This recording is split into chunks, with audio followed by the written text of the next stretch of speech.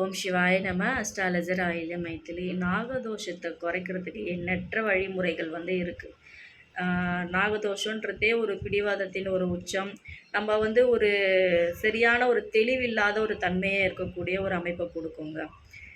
நமக்கு சரியான முடிவும் எடுக்க தெரியாமல் நம்ம வாழ்க்கையே ஒரு இறுக்கத்தில் இருக்கும் பொழுது, ஒரு மன அழுத்தத்தில் இருக்கும் பொழுது எது பண்ணாலுமே நமக்கு கை கொடுக்காது. யாரை பார்த்தாலும் கோவப்படணும்னு தோணும், திட்டணும்னு தோணும், சண்டை போடணும்னு தோணும். இது போல் அமைப்பெல்லாம் நிறைய கொடுக்கும் இந்த நாகதோஷம் இருக்கவங்களுக்குலாம்.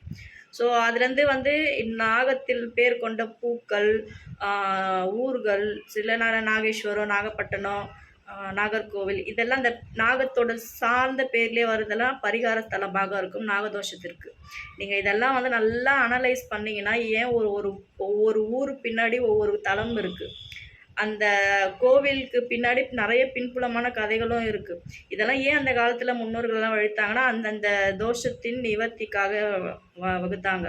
ஸோ அதெல்லாம் நிறைய ஆராய்ச்சி பண்ணும்பொழுது நமக்கே தெரியுங்க. இதில் சித்தமார்களும் சில விஷயங்களும் சொல்லிட்டு போயிருக்காங்களே நம்மளோட முன்னோர்கள் சித்தர்கள் எல்லாம். ஒரு முத்திரை இருக்குது. அந்த முத்திரை பேர் நாகமுத்திரை. நாகதோஷம் இருக்கிறவங்க அவங்க மட்டும்தான் பண்ணணும்னு கிடையாது, எல்லாருமே பண்ணலாம்.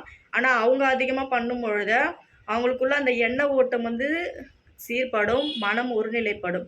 வாழ்க்கையே இருட்டில் இருக்குங்க அப்படின்னு சொல்லக்கூடியவங்க இப்போ நான் சொல்லக்கூடிய இந்த நாகமுத்திரையை பயன்படுத்தி பாருங்கள். உங்கள் வாழ்க்கையிலும் ஒரு ஒளி மலர ஆரம்பிக்கும். ஒரு ஒளி லைட்டாக வீச ஆரம்பிக்கும். நீங்கள் ரெகுலராக அதை ப்ராக்டிஸ் பண்ணும்பொழுது கட்டாயம் உங்கள் வாழ்க்கையில் நல்ல மாற்றங்கள் உண்டாகும்.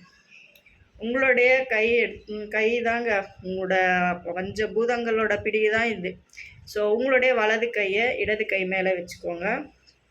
இந்த அமைப்பில் வச்சு இது போல் வச்சுக்கிட்டு உங்களுடைய நெத்தி இருக்கு இல்லையா, இந்த நெத்திக்கு நடு மத்தியில் உங்களுடைய கண் பார்வையை இப்படி போல் வச்சு பாருங்கள்.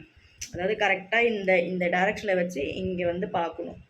பார்க்கும்பொழுது கண்டினியூஸாக நீங்கள் ஒரு 15லேருந்து 20 நிமிஷம் பாருங்கள். அந்த உங்களுக்குள்ள உங்கள் மன ஒருநிலைப்பாடு ஏற்படும். இது ரெகுலராக நான் பண்ணிகிட்ருக்கிறது. ஸோ எனக்கு ஏற்பட்ட அனுபவங்கள்னால உங்கள்கிட்ட நான் சொல்ல முடியும். ஸோ நீங்கள் அதை ட்ரை பண்ணி பாருங்கள். மனசு ரொம்ப சாந்தமாகிடும், தெளிவாகிடும்.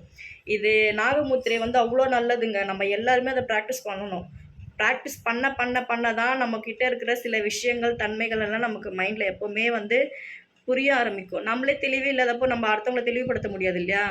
ஸோ இதெல்லாம் நீங்கள் ப்ராக்டிஸ் பண்ணி பாருங்கள். நாகதோஷம் இருக்குதுன்னு யாரெல்லாம் நினைக்கிறீங்களோ, உங்கள் ஜாதகத்தில் ராகுக்கு எது சரியான சேர்க்கையில் இல்லைன்னு நினைக்கிறீங்களோ, இந்த நாகமுத்திரையை ட்ரை பண்ணி பாருங்கள். தினமும் ட்ரை பண்ணி பாருங்கள். உங்களோட வாழ்க்கையில் நல்ல ஒரு தெளிவு கிடைக்கும்.